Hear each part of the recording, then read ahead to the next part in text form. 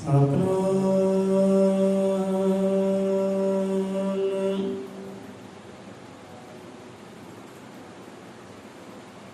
मंत्र कालदर्शी श्री गुरु भगवान में भगवान जी महाराज सहाय सतगुरु ज्ञाननाथ सतगुरु हरिनाथ शब्द गुरु महाराज सब जीवां दे अंग संगदाता जी सहाय होण।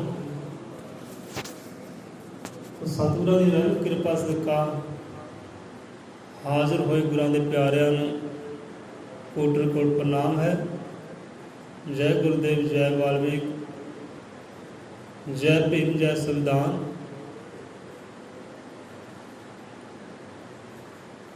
सवाजां दे कथा कहानी ते महाराज अंग संग सब जीवां दे सहाई होवे। सो कल भैन जी अपने 11 सी 11 सी ना, तो परसों आपकी हाज़री सी।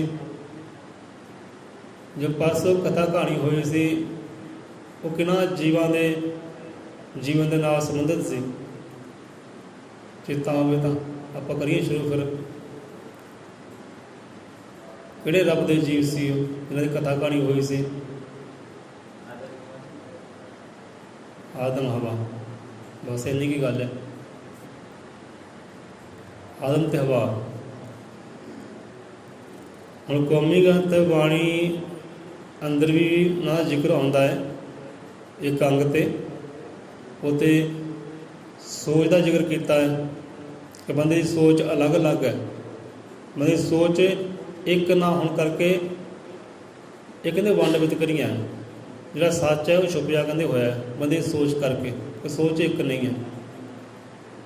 उत्ते जिक्र आउंदा है कि हिंदू कहते शुरू तो जिस रचिया संसार प्रगट होया जगत वो ब्रह्मा का कहते अवतार। ये उन्होंने सोच। तो मोमर कहते अजल तो कीती जिस इमदाद रखी आदम हवा ने सृष्टि की बुनियाद। ये उन्होंने सोच। वो कहते ब्रह्मा ने बुनियाद रख धरी है संसार की, ब्रह्मा सिरजनहार है। तो मोमर कहते हैं कि नहीं भाई, हवा तो आदम सिरजनहार है, उन्होंने बुनियाद रखी है सृष्टि की, उन्होंने तो रचना हुई है। पर अगे जाके विद्वानों ने खोज की, पड़ताल की, कि सच नूं पछाणिया, सच नूं लैके ही आए। अगे जाके दस्या उन्होंने कि हाँ भी सिरजनहारा कौन है, करता तरता कौन है।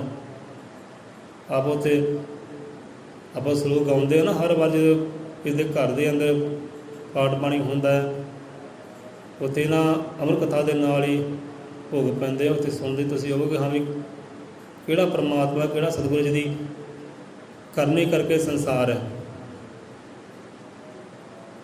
अगर सच सामने लिआंदा विद्वानां खोजियां ने, सापां उस कथा कहानी ते आउंदे ज्ञान लैंदे आ।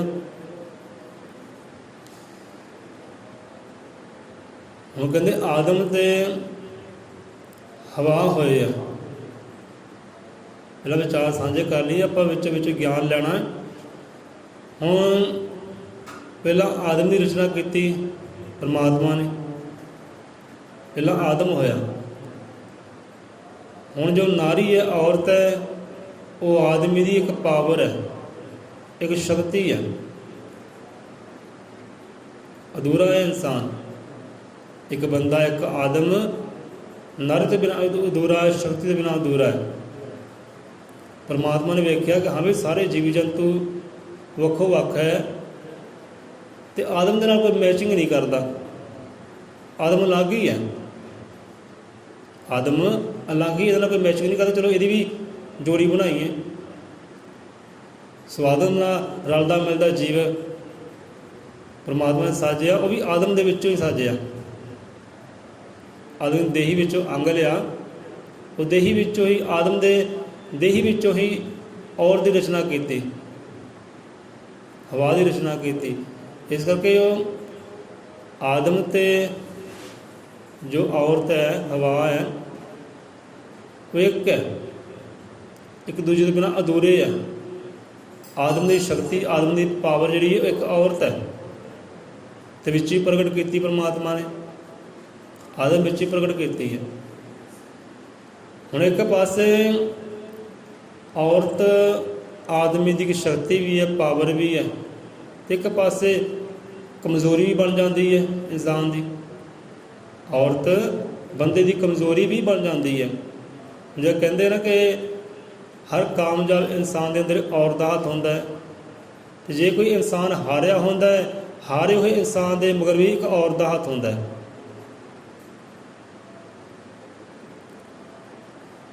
ਸੋ ਪਾਵਰ ਹੈ, ਪਾਵਰ ਵੀ ਹੈ ਅਤੇ ਕਮਜ਼ੋਰੀ ਵੀ ਹੈ। ਹੁਣ ਇੱਥੇ ਵੀ ਕਮਜ਼ੋਰੀ ਹਵਾ ਬਣ ਗਈ।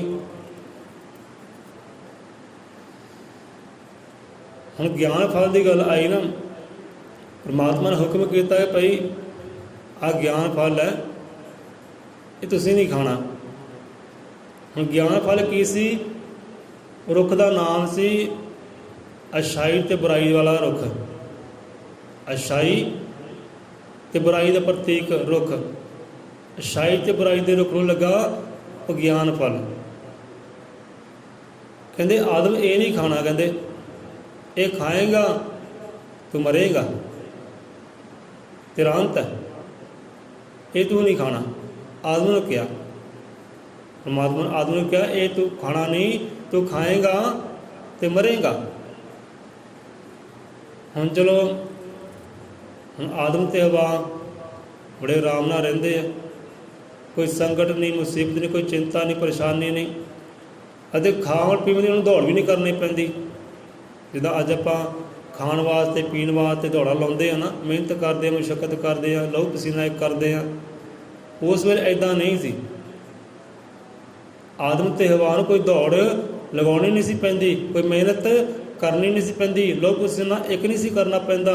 ਪਰਮਾਤਮਾ ਆਪਣੇ ਆਪ ਇਹਨਾਂ ਨੂੰ ਸਾਰੇ ਰਿਜ਼ਕ ਵਸੀਲਾ ਦੇ ਰਿਹਾ ਸੀ, ਬਿਨ ਮੰਗਿਆ ਦੇ ਰਿਹਾ ਸੀ, ਕੋਈ ਮਿਹਨਤ ਨਹੀਂ ਸੀ ਕਰਨੀ ਪੈਂਦੀ। ਉਹ ਬਾਗ ਦੀ ਦੇਖ ਰੇਖ ਨਹੀਂ ਸੀ ਕਰਨੀ ਪੈਂਦੀ, ਪਰਮਾਤਮਾ ਆਪੇ ਸਭ ਕੁਝ ਕਰ ਰਿਹਾ ਸੀ।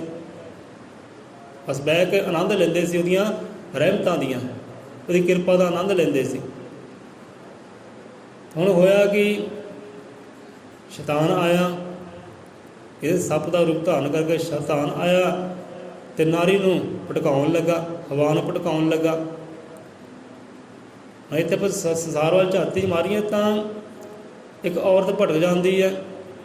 ਹੁਣ ਜਿਹੜਾ ਕਾਰਜ ਬੰਦੇ ਨੇ ਨਹੀਂ ਕਰਨਾ ਹੁੰਦਾ, ਉਹ ਔਰਤ ਪਿੱਛੇ ਲੱਗ ਕੇ ਉਹ ਕਾਰਜ ਵੀ ਕਰ ਲੈਂਦਾ ਹੈ।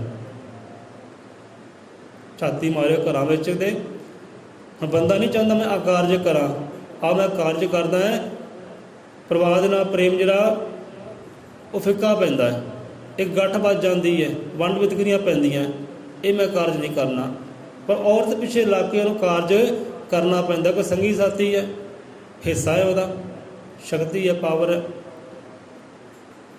ਇੱਕ ਪਾਸੇ ਸ਼ਕਤੀ ਵੀ ਹੈ, ਕਮਜ਼ੋਰੀ ਵੀ ਬਣ ਜਾਂਦੀ ਹੈ। ਹੁਣ ਔਰਤ ਪਿੱਛੇ ਲੱਗ ਕੇ ਬੰਦੇ ਨੂੰ ਕਾਰਜ ਵੀ ਕਰਨਾ ਪੈਂਦਾ ਜੋ ਉਹਦਾ ਮਨ ਨਹੀਂ ਕਰਦਾ। ਸਹੀ, ਤੇ ਆਦਮ ਨੂੰ ਵੀ ਉਹ ਕਾਰਜ ਕਰਨਾ ਪਿਆ। ਹੁਣ ਸ਼ੈਤਾਨ ਦੇ ਸ਼ਬਦਾਂ ਵਿੱਚ ਆ ਕੇ, ਬਚਨਾਂ ਵਿੱਚ ਆ ਕੇ ਸ਼ੈਤਾਨ ਨੇ ਕਹਿਣਾ ਕੀਤਾ ਕਿ ਇਹ ਹਵਾ ਤੂੰ ਇਹ ਗਿਆਨ ਫਲ ਖਾ। ਰੱਬ ਨੇ ਕਿਉਂ ਨਹੀਂ ਤੈਨੂੰ ਹੁਕਮ ਕੀਤਾ? ਇਸ ਕਰਕੇ ਕਹਿੰਦੇ ਹੁਕਮ ਨਹੀਂ ਕੀਤਾ ਕਿ ਤੁਸੀਂ ਗਿਆਨੀ ਬਣ ਜਾਓਗੇ, ਵਿਗਿਆਨੀ ਬਣ ਜਾਓਗੇ, ਤੁਸੀਂ ਪਰਮਾਤਮਾ ਦੇ ਤੁੱਲ ਕਹਿੰਦੇ ਹੋ ਜਾਓਗੇ। ਕਿ ਪਰਮਾਤਮਾ ਚਾਹੁੰਦਾ ਨਹੀਂ ਤੁਸੀਂ ਮੇਰੇ ਬਰਾਬਰ ਹੋਵੋ। ਜੋ ਸ਼ਕਤੀਆਂ, ਜੋ ਗੁਣ ਪਰਮਾਤਮਾ ਦੇ ਕੋਲ ਹੈ, ਉਹ ਸ਼ਕਤੀਆਂ ਦੇ ਗੁਣਾਂ ਤੁਸੀਂ ਪਾਤਰ ਬਣ ਸਕੋ, ਉਹ ਰੱਬ ਚਾਹੁੰਦਾ ਨਹੀਂ ਹੈ। ਤੁਸੀਂ ਰੱਬ ਦੇ ਸਮਾਨ ਹੋ ਜਾਓ, ਤੁਸੀਂ ਇਹ ਫਲ ਗ੍ਰਹਿਣ ਕਰੋ, ਤੁਸੀਂ ਪਰਮਾਤਮਾ ਦੇ ਤੁੱਲ ਹੋ ਜਾਓਗੇ, ਬਰਾਬਰ ਹੋ ਜਾਓਗੇ। ਉੱਥੇ ਹਵਾ ਨੇ ਸੋਚ ਵਿਚਾਰ ਨਹੀਂ ਕੀਤਾ ਕਿ ਹਾਂ ਵੀ ਪਰਮਾਤਮਾ ਨੇ ਪਹਿਲੇ ਹੀ ਸਾਨੂੰ ਤੁੱਲ ਕੀਤਾ ਹੈ, ਬਰਾਬਰ ਕੀਤਾ ਹੈ, ਕੋਈ ਫਰਕ ਰੱਖਿਆ ਹੀ ਨਹੀਂ। ਪਰਮਾਤਮਾ ਨੇ ਹਰ ਜੀਵ ਨੂੰ ਆਪਣੇ ਵਰਗਾ ਸਾਜਣਾ ਕੀਤਾ ਹੈ, ਆਪਣਾ ਰੂਪ ਦਿੱਤਾ, ਆਪਣਾ ਆਕਾਰ ਦਿੱਤਾ ਹੈ, ਆਪਣੀ ਮੱਤ ਸਮੱਧ ਦਿੱਤੀ ਹੈ, ਆਪਣੇ ਸਾਰੇ ਗੁਣ ਤੱਤ ਦਿੱਤੇ ਹੈ, ਬਰਾਬਰ ਹੈ ਇਨਸਾਨ, ਤੁੱਲ ਹੈ। ਇਨਸਾਨ ਕਹਿੰਦਾ ਤੂੰ ਤੁੱਲ ਹੋ ਜਾਏਗੀ, ਇਸ ਕਰਕੇ ਤੈਨੂੰ ਖਾਣ ਦਾ ਹੁਕਮ ਨਹੀਂ ਕੀਤਾ। ਮੈਂ ਤੈਨੂੰ ਕਹਿ ਰਿਹਾ ਤੂੰ ਖਾ ਅਤੇ ਰੱਬ ਦੇ ਤੁੱਲ ਹੋ ਜਾ, ਬਰਾਬਰ ਹੋ ਜਾ। ਚਲੋ ਗੱਲਾਂ ਵਿੱਚ शैतान दे हवा आ गई तो फल ग्रहण कर लिया। आदम आया, हुण आदम नूं जोर किया, जोरपणा किया हवा ने, नारी ने, लै तू भी खा, तू भी रब दे तुल हो जा, बराबर हो जा, मत समत वाला हो जा। जो औरत पिछे लग के फल खा लिया, ज्ञान फल खा लिया, तो हुण फर्क की पिया? फर्क की होया? फर्क पिया कि हुण उन्हां नूं सोझी आ गई। ज्ञान फल से, ज्ञान किहनूं कहंदे? सोझी नूं कहंदे आ कि सोझी आ गई, बंदे नूं ज्ञान हो गया जी। हुण ज्ञान फल खादा, आदम ते हवा नूं आ गई सोझी, अखां खुल गईयां, अखां खुल गईयां तो सोझी आ गई, जाग पए हो। जाग किद्दां पए? उन्हां नूं भरे ते बुरे की पछाण हो गई। आ भला है ते आ बुरा है, आ चंगा है, आ माड़ा है, ये सोझी आ गई। एक सारी कथा कहानी उतों चली। फिर अज बंदा कहता ना वह फलाना बंदा चंगा है तो फलाना बंदा माड़ा है, आ रंग चंगा है तो आ रंग माड़ा है, आ भोजन चंगा है तो आ भोजन माड़ा है। ये गल्लां उतों चलियां। तो पहला इतना फर्क नहीं सी कोई भी, सारे एक समान सी, चंगा ही चंगा सी, मंदा उत्थे है ही नहीं सी। उन्होंने मत अंदर मंदा कुछ भी नहीं सी। जो ज्ञान फल खादा उदों फिर चंगा मंदा उदों शुरू होया। फिर उन्हें अपने आप को देखिया तो शर्मसार होए, देख के अपने वाल शर्मसार किद्दां होए कि वह हलफ नगन सी। वो दोनों ही आदम ते हवा हलफ नगन सी, कोई तन ते कपड़ा नहीं सी उन्होंने। दोनों ने एक दूजे ने देखा तो शर्मसार होए। फिर पेड़ पिछे लुके तो पेड़ के पत्ते अपने शरीर ते लाने किए, सोझी आ गई। पहला तो यह फर्क ही कोई नहीं सी, कट्ठे बहते सी, खाते पीते से, कोई यहो जी विचार ही है नहीं सी, ना कोई चंगा सी, ना कोई माड़ा सी, ना कोई बुरा सी, सारे सम सी, सारे बराबर सी, ना कोई ऊच सी, ना कोई नीच सी। ये सारिया वंड भी उतों चलियाँ ज्ञान फल खाण के कारण। उधरों अमृत वेला कहते होया तो परमात्मा आया, आदम दी आवाज़, हे आदम सामने आओ। हाँ आदम लुक गया, छिप गया, कहते हे परमात्मा तेरे शब्द तो, तेरे बचना तो मैं डर रहा, खौफ खा रहा, मैं डर लग रहा तेरे बचना तो। कहते डर लग रहा तेनों? कहता मैनू डर भी लग रहा है तो नाले मैं नगन भी हाँ। हवा ते आदम कहते नगन है, सामने नहीं आ सकते। परमात्मा कह लगा अच्छा सानू जाप रहा कि तुसी ज्ञान फल जो ग्रहण कर लिया, तो तुहाडे च तब्दीली आई है। आदम कह लगा हाँ जी परमात्मा जी ग्रहण कर लिया। ये सामने आओ, सामने आए। हुण एक दूजे दोष लगाउण लगे, वही गल हाँ भी किन्ने खादा?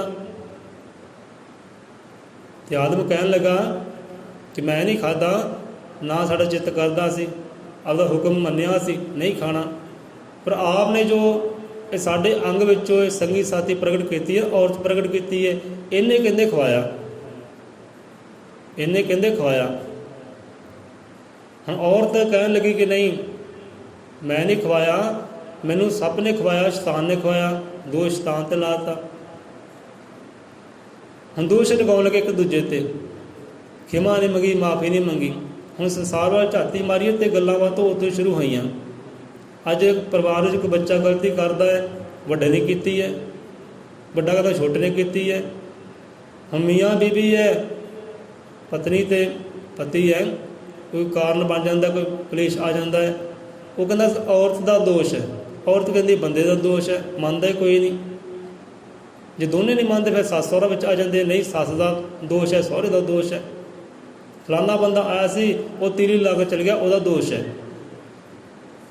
एक दूजे दोष लगाते रहे तो जो ही रीत चलती आ रही है घरों में, परिवारों में। दोष उन्होंने नहीं मन्निया, इधर ना बंदा मानता मैं गलती की, मैं गुस्ताखी की, नहीं मानता। फिर उतों गुनाह शुरू होए, सजावां शुरू हुई। जो कोई बंदा कोई गलती करता नहीं मानता, सजा तो मिलती ही है, उन्होंने जुर्माने भुगतने पैंदे। उतों किदां कहानी चली ਅੱਜ ਕਥਾ ਕਹਾਣੀ ਚੱਲਦੀ ਆ ਰਹੀ ਹੈ। ਗਲਤੀ ਬੰਦਾ ਕਰਦਾ, ਮੰਨਦਾ ਫਿਰ ਨੇ, ਉਹਨੇ ਕੀਤਾ ਉਹਦੇ ਕਾਰਨ ਹੋਇਆ। ਆਪ ਵੀ ਗੁਨਾਹਾਂ ਵਿੱਚ, ਅਗਲਾ ਵੀ ਗੁਨਾਹਾਂ ਵਿੱਚ, ਮੰਨਿਆ ਨਹੀਂ।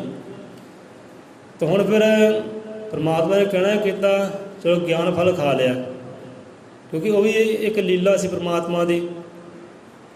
ਜੇ ਬਣਾਇਆ ਸੀ ਤਾਂ ਖਾਣ ਵਾਸਤੇ ਬਣਾਇਆ ਸੀ, ਹੁਕਮ ਸੀ ਪਰਮਾਤਮਾ। ਦੇਖੋ ਕਿੰਨੇ ਹੁਕਮ ਵਿੱਚ ਰਹਿੰਦੇ ਆ। ਅਤੇ ਜੇ ਉਹ ਫਲ ਨਾ ਖਾਂਦੇ ਤਾਂ ਅੱਜ ਸੰਸਾਰ ਦਾ ਆਕਾਰ ਹੀ ਕੁਝ ਹੋਰ ਹੋਣਾ ਸੀ। ਗਿਆਨ ਫਲ ਖਾਧਾ ਉਹਨਾਂ ਨੇ, ਉਹਨਾਂ ਦੇ ਹਿੱਸੇ ਆਈ ਮੌਤ। ਆਦਮ ਦੇ ਹਿੱਸੇ ਮੌਤ ਆਈ, ਹਵਾ ਦੇ ਹਿੱਸੇ ਮੌਤ ਆਈ। ਜੇ ਫਲ ਨਾ ਖਾਂਦੇ ਤਾਂ ਮੌਤ ਹੈ ਹੀ ਨਹੀਂ ਸੀ।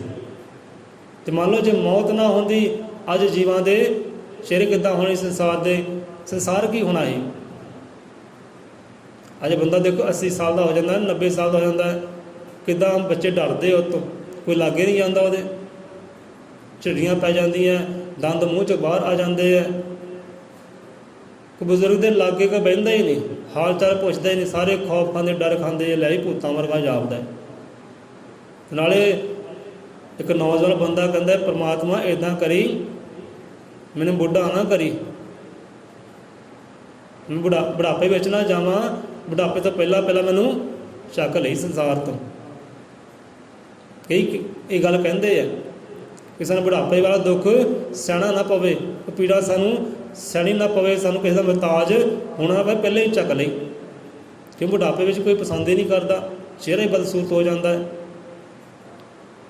ਹੁਣ ਕਲਪਨਾ ਕਰੋ ਜੇ ਜਨਮ ਮਰਨ ਨਾ ਹੁੰਦਾ ਤਾਂ ਸੰਸਾਰ ਦਾ ਆਕਾਰ ਕਿਹੋ ਜਿਹਾ ਹੁੰਦਾ, ਸ਼ਕਲਾਂ ਕਿਹੋ ਜਿਹੀਆਂ ਹੁੰਦੀਆਂ। ਅਤੇ ਫਲ ਖਾਧਾ ਤਾਂ ਉੱਥੋਂ ਮਰਨ ਸ਼ੁਰੂ ਹੋਇਆ, ਨਹੀਂ ਤਾਂ ਉਹਨਾਂ ਦਾ ਮਰਨ ਨਹੀਂ ਸੀ, ਉਹ ਅਮਰ ਸੀ ਸੰਸਾਰ 'ਤੇ। ਲੈ ਆਦਮ ਕਹਿਣਾ ਕੀਤਾ ਸੀ ਫਲ ਖਾਏਗਾ ਤਾਂ ਮਰੇਗਾ, ਹੁਣ ਤੈਨੂੰ ਮਰਨਾ ਪੈਣਾ, ਤੈਨੂੰ ਰਾਖ ਹੋਣਾ ਪੈਣਾ। ਹੁਣ ਤੂੰ ਕਰੇਗਾ ਕੀ? ਹੁਣ ਜਿੱਥੇ ਤੂੰ ਆਰਾਮ ਦੇ ਨਾਲ ਬਹਿ ਕੇ ਖਾਂਦਾ ਸੀ, ਪੀਂਦਾ ਸੀ, ਹੁਣ ਤੈਨੂੰ ਮਿਹਨਤ ਕਰਨੀ ਕਹਿੰਦੇ ਪਊਗੀ।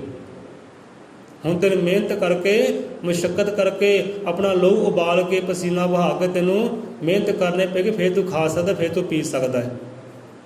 ਮਿਹਨਤ ਕਰੇਗਾ ਅਤੇ ਮਿਹਨਤ ਕਰਦਾ ਇੱਕ ਦਿਨ ਮਿੱਟੀ ਹੋ ਜਾਏਗਾ, ਤੂੰ ਮਰ ਜਾਏਗਾ। ਰੱਬ ਨੇ ਕਹਿਣਾ ਕੀਤਾ,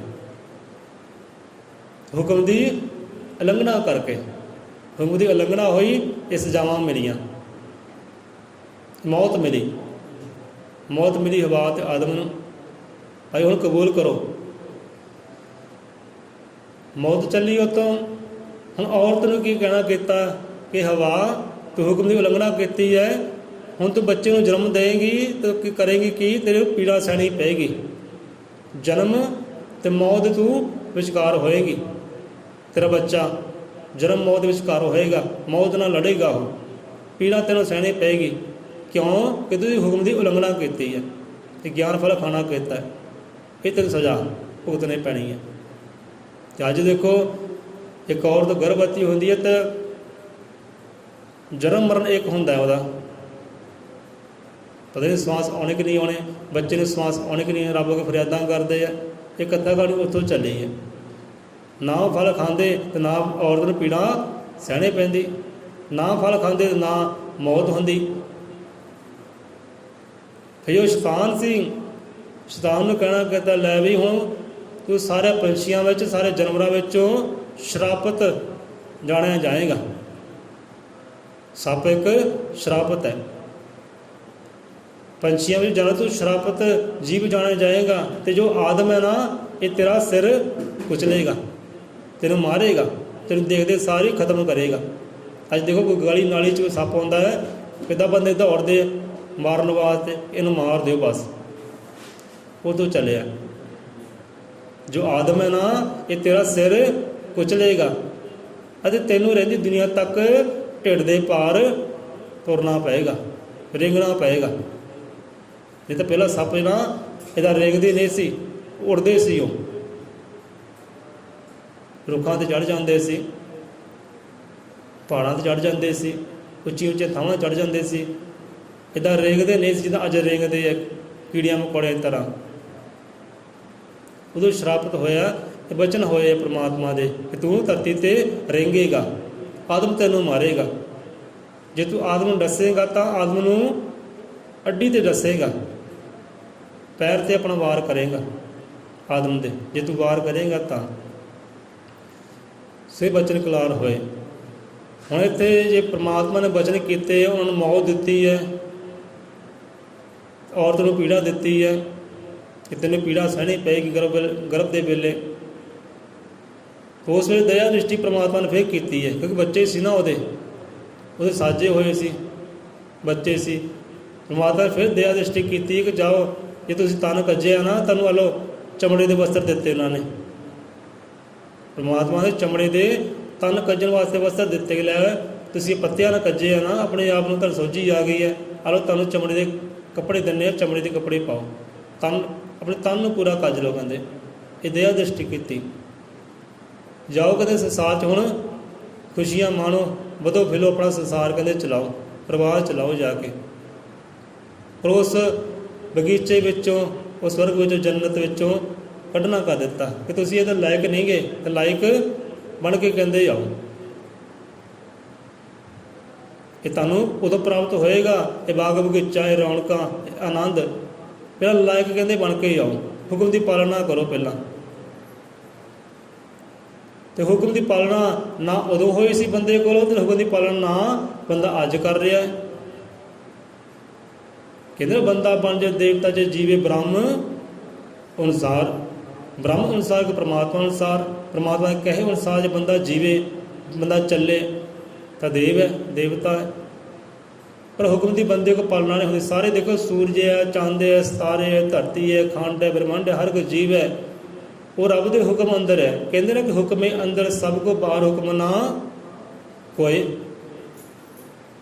ਇਹ ਹਵਾ, ਅਗਨੀ, ਪਤਾਲ, ਆਕਾਸ਼ ਰੱਬ ਦੇ ਹੁਕਮ ਦੇ ਅੰਦਰ ਚੱਲ ਰਹੇ ਹੈ। ਗ੍ਰਹਿ ਨਛੱਤਰ ਦੇ ਹੁਕਮ ਦੇ ਅੰਦਰ ਚੱਲ ਰਹੇ ਹੈ। ਹੁਕਮ ਅੰਦਰ ਚੱਲਦਾ ਕੌਣ ਨਹੀਂ ਆ? ਹੁਕਮ ਦੇ ਚੱਲਦਾ ਬੰਦਾ ਨਹੀਂ ਚੱਲਦਾ, ਬਸ ਉਹਦੇ ਹੁਕਮ ਦੇ ਅੰਦਰ ਬੰਦਾ ਨਹੀਂ ਹੈ, ਬਾਕੀ ਸਾਰੇ ਉਹਦੇ ਹੁਕਮ ਦੇ ਅੰਦਰ ਹੈ। ਹਵਾ ਚੱਲਦੀ ਉਹਦੇ ਹੁਕਮ ਅੰਦਰ, ਪਾਣੀ ਚੱਲਦਾ ਹੈ ਹੁਕਮ ਦੇ ਅੰਦਰ, ਇਹ ਕਾਰਜ ਦਿਨ ਰਾਤ ਬਦਲਦੇ ਉਹਦੇ ਹੁਕਮ ਦੇ ਅੰਦਰ, ਪਰ ਬੰਦਾ ਹੀ ਹੁਕਮ ਦੇ ਅੰਦਰ ਨਹੀਂ ਹੈ। ਹੁਕਮੇ ਅੰਦਰ ਸਭ ਕੋ ਬਾਹਰ ਹੁਕਮ ਨਾ ਕੋਈ। ਹੁਕਮ ਤੋਂ ਬਾਹਰ ਇੱਕ ਬੰਦਾ ਹੀ ਹੈ ਬਸ। ਹੁਕਮ ਦੀ ਉਲੰਘਣਾ ਉਦੋਂ ਵੀ ਕੀਤੀ ਸੀ, ਤੇ ਹੁਕਮ ਦੀ ਉਲੰਘਣਾ ਅੱਜ ਕਰਕੇ ਉਹ ਦੁਖੀ ਹੈ, ਪਰੇਸ਼ਾਨ ਹੈ, ਚਿੰਤਾ ਵਿੱਚ ਹੈ, ਜਨਮ ਵਿੱਚ ਹੈ, ਮਰਨ ਵਿੱਚ ਹੈ, ਕਸ਼ਟਾਂ ਵਿੱਚ ਹੈ। ਉਦੋਂ ਹੁਕਮ ਦੀ ਉਲੰਘਣਾ ਹੋਈ, ਕਸ਼ਟਾਂ ਵਿੱਚ ਆਏ, ਮੁਸੀਬਤਾਂ ਵਿੱਚ ਆਏ, ਦੁੱਖ ਸਹਿਣੇ ਪਏ, ਸ਼ਰਾਪਤ ਹੋ ਗਏ, ਘਰੋਂ ਕੱਢੇ ਗਏ, ਧਰਕਾਰੇ ਗਏ। ਤੇ ਅੱਜ ਹੀ ਬੰਦੇ ਦਾ ਉਹੀ ਹਾਲ ਹੈ। ਅੱਜ ਵੀ ਹੁਕਮ ਦੀ ਉਲੰਘਣਾ ਕਰ ਰਿਹਾ, ਬ੍ਰਹਮ ਦੇ ਹੁਕਮ ਦੀ, ਤੇ ਦੁਖੀ ਹੈ, ਪਰੇਸ਼ਾਨ ਹੈ। ਜੇ ਅੱਜ ਹੁਕਮ ਦੀ ਪਾਲਣਾ ਕਰ ਲੈ, ਕਹਿੰਦੇ ਨਾ ਲਾਇਕ ਬਣ ਕੇ ਆਓ ਭਾਈ, ਕਹਿੰਦੇ ਜਾਓ ਲਾਇਕ ਬਣ ਕੇ ਆਓ ਇਸ ਜੰਨਤ ਦੇ। ਤੇ ਬੰਦਾ ਅੱਜ ਵੀ ਲਾਇਕ ਨਹੀਂ ਬਣ ਰਿਹਾ ਜੰਨਤ ਦਾ, ਕਿ ਖੁਸ਼ੀਆਂ ਦਾ ਪਾਤਰ ਬਣੇ, ਦੇ ਰਹਿਮਤਾਂ ਦਾ ਪਾਤਰ ਬਣੇ, ਕਿਰਪਾ ਦਾ ਪਾਤਰ ਬਣੇ। ਅੱਜ ਵੀ ਬੰਦਾ ਪਾਤਰ ਨਹੀਂ ਬਣ ਰਿਹਾ, ਹੁਕਮ ਦੀ ਉਲੰਘਣਾ ਕਰ ਰਿਹਾ, ਕਿਸੇ ਦੋਸ਼ ਲਗਾ ਕੇ, ਧੱਬੇ ਲਗਾ ਕੇ, ਨਫ਼ਰਤ ਕਰਕੇ, ਘਿਰਣਾ ਕਰਕੇ ਹੁਕਮ ਦੀ ਉਲੰਘਣਾ ਹੋ ਰਹੀ ਹੈ। ਸੋ ਇਹ ਕਥਾ ਕਹਾਣੀ ਹੈ ਆਦਮ ਤੇ ਹਵਾ ਦੀ। ਇਹ ਜਨਮ ਮਰਨ ਉੱਥੋਂ ਸ਼ੁਰੂ ਹੋਇਆ, ਇਹ ਦੁੱਖ ਸੰਕਟ ਉੱਥੋਂ ਸ਼ੁਰੂ ਹੋਏ। ਜਿਹੜੇ ਦੁੱਖ ਔਰਤ ਨੂੰ ਸਹਿਣੇ ਪੈਂਦੇ ਆ ਜੀਵਨ ਅੰਦਰ, ਇਹ ਸਾਰੇ ਦੁੱਖ ਉੱਥੋਂ ਸ਼ੁਰੂ ਹੋਏ। ਨਾ ਹਵਾ ਅਗਿਆਨ ਫਲ ਖਾਂਦੀ, ਤੇ ਨਾ ਮੁਸੀਬਤਾਂ ਆਉਂਦੀਆਂ। ਹੁਣ ਭੋਗਣੇ ਦੇ ਲਓ, ਖਾਧਾ ਤਾਂ ਹੁਕਮ ਦੀ ਉਲੰਘਣਾ ਤਾਂ ਔਰਤ ਨੇ ਕੀਤੀ ਹੈ ਨਾ, ਨਾਲ ਭੋਗਣੀ ਆਦਮ ਨੂੰ ਵੀ ਪਈ, ਕਿਉਂਕਿ ਹਿੱਸਾ ਉਹਦਾ ਹੈ, ਦੋਨੇ ਇੱਕ ਹੈ। ਇੱਥੇ ਕਮਜ਼ੋਰੀ ਬਣ ਗਈ ਹਵਾ ਆਦਮ ਵਾਸਤੇ, ਹੈ ਸ਼ਕਤੀ ਸੀ, ਪਾਵਰ ਸੀ, ਇੱਥੇ ਜਾ ਕੇ ਕਮਜ਼ੋਰੀ ਬਣ ਗਈ। ਆਦਮ ਹਵਾ ਦਾ ਹੁਕਮ ਦੀ ਉਲੰਘਣਾ ਕੀਤੀ, ਦੁੱਖਾਂ ਵਿੱਚ ਆਏ, ਦੇ ਨਾਲ ਆਦਮ ਵੀ ਦੁੱਖਾਂ ਵਿੱਚ ਆਉਣਾ ਪਿਆ। ਸੋ ਇੱਥੇ ਆਪਾਂ ਵਿਸ਼ਰਾਮ ਲੈਂਦੇ ਹਾਂ। ਮਹਾਰਾਜ ਇੰਨੀ ਕਿ ਹਾਜ਼ਰ ਦਰ ਪ੍ਰਵਾਨ ਕਰੇ, ਹੋਈਆਂ ਕਮੀਆਂ त्रुटियां ਦਾਤਾ ਜੀ ਖਿਮਾ ਕਰੇ। ਸੋ ਹੁਕਮ ਦੀ ਪਾਲਣਾ ਕਿਤੇ ਕਰਨੀ ਆ ਜਾਏ, ਉਹਦੇ ਹੁਕਮ ਵਿੱਚ ਰਹਿਣਾ ਆ ਜਾਏ, ਉਹਦੀ ਰਜ਼ਾ ਵਿੱਚ ਜੀਣਾ ਆ ਜਾਏ, ਸਾ ਉਹ ਆਨੰਦ ਦੇ ਪਾਤਰ ਬਣ ਸਕਦੇ, ਜਿਹੜੇ ਆਨੰਦ ਤੋਂ ਆਦਮ ਤੇ ਹਵਾ ਬਾਹਰ ਹੋ ਗਏ। ਉਹ ਆਨੰਦ ਤੋਂ ਆਪਾਂ ਫਿਰ ਹਾਸਲ ਕਰ ਸਕਦੇ, ਪਾਤਰ ਬਣ ਸਕਦੇ ਜੇ ਹੁਕਮ ਦੀ ਪਾਲਣਾ ਕਰਨੀ ਆ ਜਾਏ। ਹੁਣ ਇੱਥੇ ਵਿਚਾਰ ਇੱਕ ਹੋਰ ਵੀ ਆਉਂਦਾ ਹੈ, ਕਿਉਂਕਿ ਆਦਮ ਨੂੰ ਹੁਕਮ ਕੀਤਾ ਪਰਮਾਤਮਾ ਨੇ ਕਿ ਜਿੰਨੇ ਵੀ ਜੀਵ ਜੰਤੂ ਹੈ ਨਾ, ਨਾਮਕਰਨ ਉਹਨੇ ਕੀਤਾ, ਆਦਮ ਨੇ। ਸੰਸਾਰ ਦੇ ਜਿੰਨੇ ਵੀ ਜੀਵ ਜੰਤੂ ਹੋਏ ਹੈ, ਪੰਛੀ ਹੋਏ ਹੈ, ਜਾਨਵਰ ਹੋਏ ਹੈ, ਸਾਰਾ ਨਾਮਕਰਨ ਆਦਮ ਨੇ ਕੀਤਾ ਹੈ, ਨਾਮੇ ਆਦਮ ਨੇ ਰੱਖੇ ਹੈ। ਤੇ ਜਿਹੜਾ ਹਵਾ ਹੈ ਉਹ ਵੀ ਨਾਮ ਆਦਮ ਨੇ ਰੱਖਿਆ। ਮੇਰੇ ਹਿੱਸੇ ਦਾ ਕਹਿੰਦੇ ਪ੍ਰਾਣ ਹੈ, ਮੇਰੇ ਹਿੱਸੇ ਦੀ ਜਾਨ ਹੈ, ਇਹ ਸ਼ਕਤੀ ਹੈ, ਹਵਾ ਹੈ, ਹਵਾ ਪ੍ਰਾਣ 'ਚ ਆ ਜਾਂਦੀ ਹੈ। ਉਸ ਵੇਲੇ ਨਾਮ ਦਿੱਤਾ ਹਵਾ ਔਰਤ ਨੂੰ, ਆਦਮ ਨੇ। ਹੁਣ ਇੱਥੇ ਵਿਚਾਰ ਕਰੀਏ ਤੇ ਜਿਹੜਾ ਰੱਬ ਦਾ ਨਾਮਾ ਹੈ ਨਾ, ਉਹ ਬੰਦਾ ਹੀ ਕਿਉਂ ਦਿੰਦਾ ਹੈ? ਇਹ ਕਥਾ ਕਹਾਣੀ ਉੱਥੋਂ ਚੱਲੀ ਹੈ। ਕਿਸੇ ਨੇ ਸਾਨੂੰ ਸਵਾਲ ਕਰ ਲਿਆ ਕਿ ਹਾਂ ਵੀ ਇੱਕ ਔਰਤ ਜਿਹੜੀ ਹੈ ਉਹ ਗੁਰੂ ਕਿਉਂ ਨਹੀਂ ਮੰਨੀ ਜਾਂਦੀ? ਔਰਤ ਨੂੰ ਲੋਕ ਗੁਰੂ ਧਾਰਨਾ ਕਿਉਂ ਨਹੀਂ ਕਰਦੇ? ਬੰਦੇ ਨੂੰ ਕਿਉਂ ਲੋਕ ਗੁਰੂ ਧਾਰਨਾ ਕਰਦੇ ਆ? ਬੰਦਾ ਹੀ ਕਿਉਂ ਨਾਮ ਦਿੰਦਾ ਰੱਬ ਦਾ? ਕਿਉਂਕਿ ਹੁਕਮ ਹੀ ਉਹਨੂੰ ਹੋਇਆ। ਰੱਬ ਨੇ ਆਦਮ ਨੂੰ ਹੁਕਮ ਕੀਤਾ ਹੈ ਕਿ ਤੂੰ ਨਾਮ ਕਰਨ, ਤੂੰ ਕਰਨੇ ਹੈ। ਔਰਤ ਨੂੰ ਨਾਵਾਂ ਦਿੱਤਾ ਹੈ, ਬੰਦੇ ਨੇ ਦਿੱਤਾ ਹੈ। ਜੀਵ ਜੰਤੂ ਨੂੰ ਨਾਵਾਂ ਦਿੱਤਾ ਹੈ, ਬੰਦੇ ਨੇ ਦਿੱਤਾ ਹੈ। ਅਤੇ ਜੇ ਰੱਬ ਦਾ ਨਾਵਾਂ ਹੈ ਉਹ ਵੀ ਬੰਦਾ ਹੀ ਦਿੰਦਾ ਹੈ। ਜੇ ਧਿਆਨ ਕਰਿਓ, ਸੰਸਾਰ 'ਚ ਧਿਆਨ ਮਾਰਿਓ, ਕੋਈ ਗੁਰੂ ਰਹਿਬਤ ਦੇ ਜੀਵਨ ਨੂੰ ਦੇਖਿਓ, ਹਮੇ ਕੋਈ ਐਸਾ ਗੁਰੂ ਹੋਇਆ ਜਿਹਨੇ ਔਰਤ ਨੂੰ ਗੁਰੂ ਧਾਰਨਾ ਕੀਤੀ ਹੋਵੇ, ਔਰਤ ਤੋਂ ਨਾਮ ਸ਼ਬਦ ਲਿਆ ਹੋਵੇ? ਤਾਂ ਕੋਈ ਵੀ ਨਹੀਂ ਮਿਲਣਾ। ਅੱਜ ਕਈ ਬੰਦੇ ਕਹਿੰਦੇ ਲੈ ਵੀ ਫਲਾਨੀ ਔਰਤ ਹੈ, ਮੈਂ ਉਹਨੂੰ ਗੁਰੂ ਧਾਰਨਾ ਕਰਨਾ। ਭਾਈ ਕਰ ਸਕਦਾ, ਕਰੋ ਭਾਈ, ਤੁਹਾਡੀ ਮਰਜ਼ੀ ਹੈ। ਇੱਥੇ ਝਾਤੀਆਂ ਮਾਰੀਆਂ ਗੁਰੂਆਂ ਦੇ ਜੀਵਨਾਂ ਦੇ ਵੱਲ। ਇੱਥੇ ਆਦਮ ਹੈ, ਬੰਦਾ ਹੀ ਹੈ, ਬੰਦਾ ਹੀ ਗੁਰੂ ਹੈ। ਹੁਣ ਔਰਤ ਗੁਰੂ ਮਾਤਾ ਹੋ ਸਕਦੀ ਹੈ, ਗੁਰੂ ਨਹੀਂ ਹੋ ਸਕਦੀ। ਔਰਤ ਨੂੰ ਗੁਰੂ ਨਹੀਂ ਮੰਨਿਆ, ਇਹ ਕਮੀਆਂ ਸੀ, ਤਰੁੱਟੀਆਂ ਸੀ, ਹੁਕਮ ਦੀ ਉਲੰਘਣਾ ਹੋਈ ਹੈ। ਔਰਤ ਗੁਰੂ ਨਹੀਂ ਮੰਨੀ ਜਾਂਦੀ, ਬੰਦਾ ਹੀ ਗੁਰੂ ਮੰਨਿਆ ਗਿਆ ਹੈ। ਔਰਤ ਨੂੰ ਗੁਰੂ ਮਾਤਾ ਜ਼ਰੂਰ ਕਿਹਾ ਹੈ। ਮੰਨ ਲਓ ਕਿਸੇ ਦੇ ਗੁਰੂ ਧਾਰਨਾ ਕੀਤੀ ਹੈ, ਹੁਣ ਗੁਰੂ ਦੀ ਜੋ ਅਰਦੰਗਣੀ ਹੈ, ਜੋ ਪਤਨੀ ਹੈ, ਉਹਨੂੰ ਆਪਾਂ ਗੁਰੂ ਮਾਤਾ ਕਹਿ ਸਕਦੇ, ਗੁਰੂ ਨਹੀਂ ਕਹਿ ਸਕਦੇ। ਕਿ ਸਾਡੇ ਗੁਰੂ ਦੀ ਅਰਦੰਗਣੀ ਹੈ, ਪਤਨੀ ਹੈ, ਤੇ ਸਾਡੀ ਗੁਰੂ ਮਾਤਾ ਹੋ ਗਈ, ਉਹ ਸਾਡਾ ਗੁਰੂ ਹੋ ਗਿਆ। ਇਹ ਸਾਡੀ ਉਹ ਗੁਰੂ ਪਿਤਾ ਹੋ ਗਿਆ, ਗੁਰੂ ਮਾਤਾ ਹੋ ਗਈ। ਇੱਦਾਂ ਹੋ ਸਕਦਾ ਹੈ। ਪਰ ਡਾਇਰੈਕਟ ਜੇ ਕਰੀਏ ਔਰਤ ਨੂੰ ਗੁਰੂ ਧਾਰਨਾ ਕਰਨਾ ਹੈ, ਇੱਦਾਂ ਨਹੀਂ ਗੱਲ ਕਹਿੰਦੇ। ਬੰਦੇ ਗੁਰੂ ਬੰਦਾ ਹੀ ਹੈ। ਬੰਦੇ ਨੇ ਸਭ ਪੰਛੀਆਂ ਜਾਨਵਰਾਂ ਨੂੰ ਨਾਵਾਂ ਦਿੱਤਾ ਹੈ, ਅਤੇ ਰੱਬ ਦਾ ਨਾਵਾਂ ਵੀ ਬੰਦੇ ਨੇ ਬੰਦੇ ਨੂੰ ਦਿੱਤਾ ਹੈ। ਸੇ ਵਿਚਾਰ ਵੀ ਉੱਥੋਂ ਹੀ ਨਿਕਲਦੀ ਹੈ। ਸੋ ਅੱਗੇ ਜਾ ਕੇ ਹੋਰ ਵਿਚਾਰਾਂ ਆਉਣਗੀਆਂ। ਨਾਵਾਂ ਦਿੱਤਾ ਆਦਮ ਨੇ, ਰੀਤ ਚੱਲਦੀ ਆਈ ਹੈ। ਦੁੱਖ ਕਸ਼ਟ ਆਏ ਹੁਕਮ ਦੀ ਉਲੰਘਣਾ ਕਰਨ ਕਰਕੇ। ਨਾ ਹੁਕਮ ਦੀ ਉਲੰਘਣਾ ਕਰਦੇ, ਨਾ ਦੁੱਖ ਆਉਂਦੇ, ਮੁਸੀਬਤਾਂ ਆਉਂਦੀਆਂ। ਹੁਣ ਇਹ ਗੱਲ ਇੱਕ ਹੋਰ ਹੈ। ਹੁਣ ਕਹਿੰਦੇ ਭਾਈ ਜਿੱਦਾਂ ਸ਼ਾਦੀ ਕਰਦੇ ਹੈ, ਗੋਤਾਂ ਨਾਲ ਗੋਤਾਂ ਰਲ ਜਾਂਦੀਆਂ, ਲੈ ਭਾਈ ਇਹ ਤਾਂ ਭੈਣ ਭਰਾ ਹੋ ਗਏ।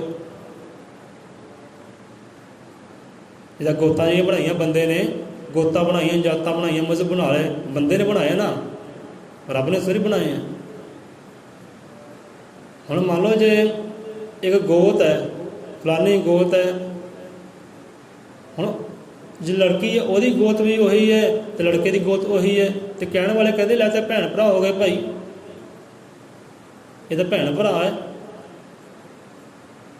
ਹੁਣ ਜਿੱਦਾਂ ਵਾਲਮੀਕ ਜਾਤੀ ਹੈ, ਲੋਕ ਜਾਤੀ ਕਹਿੰਦੇ, ਚਲੋ ਜਾਤੀ ਕਹਿ ਦਿੰਦੇ ਆ, ਵਾਲਮੀਕ ਜਾਤੀ ਹੈ, ਅਤੇ ਵਾਲਮੀਕ ਜਾਤੀ ਦਾ ਵਿਵਾਹ ਜਿਹੜਾ ਵਾਲਮੀਕ ਜਾਤੀ 'ਚ ਹੁੰਦਾ ਹੈ, ਉਹ ਤਾਂ ਭੈਣ ਭਰਾ ਹੋ ਗਏ।